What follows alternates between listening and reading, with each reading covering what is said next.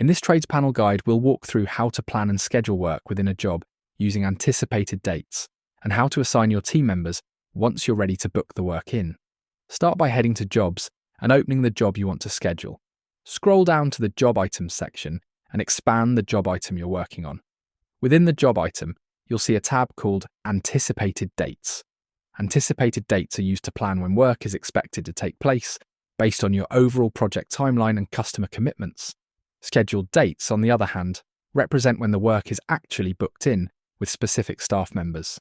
In most cases, these will align, but they can differ if work needs to move due to staff availability, weather delays, or changes on site.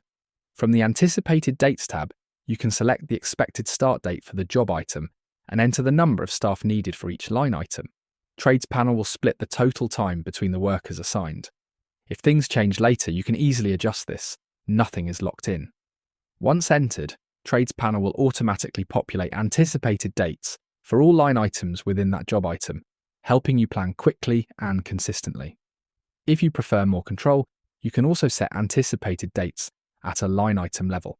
Scroll down to the list of line items and, within the anticipated section, select the number of workers and the start date. Trades Panel will then calculate the end date based on the information provided. If you need to adjust the end date, for example, allowing extra time for drying after plastering, simply select the lock icon beneath the start date. This unlocks the end date and allows you to set it manually. You don't have to set the anticipated dates to assign staff, however. It helps with pre-laying out the job. Once your anticipated dates are set and you're ready to schedule the work, click Assign. This opens the planner, showing your staff and any other jobs already booked for that day or week. You can switch between daily, weekly, or overview views using the options at the top. You'll also see a summary of the total hours scheduled so far for the job at the top of the page. On the right-hand side, you'll see the relevant line item highlighted in blue, ready to be scheduled. Within the line item card, the anticipated dates are shown in smaller text. Clicking on the date will jump you straight to that day in the calendar. If the date looks correct and there are no conflicts, simply drag the line item onto the appropriate team member's schedule to assign the work.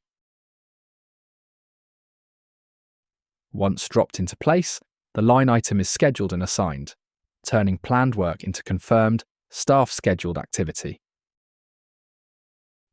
If you need to bulk schedule work, switch to the Weekly or Overview tab and use the Grid tool. Drag across the required time period and staff to assign the work in one action.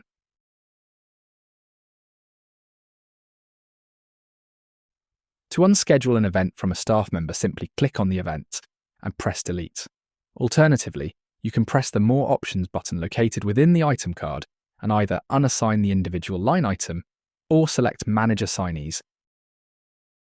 This will allow you to bulk unschedule all of this current job's events from that staff member.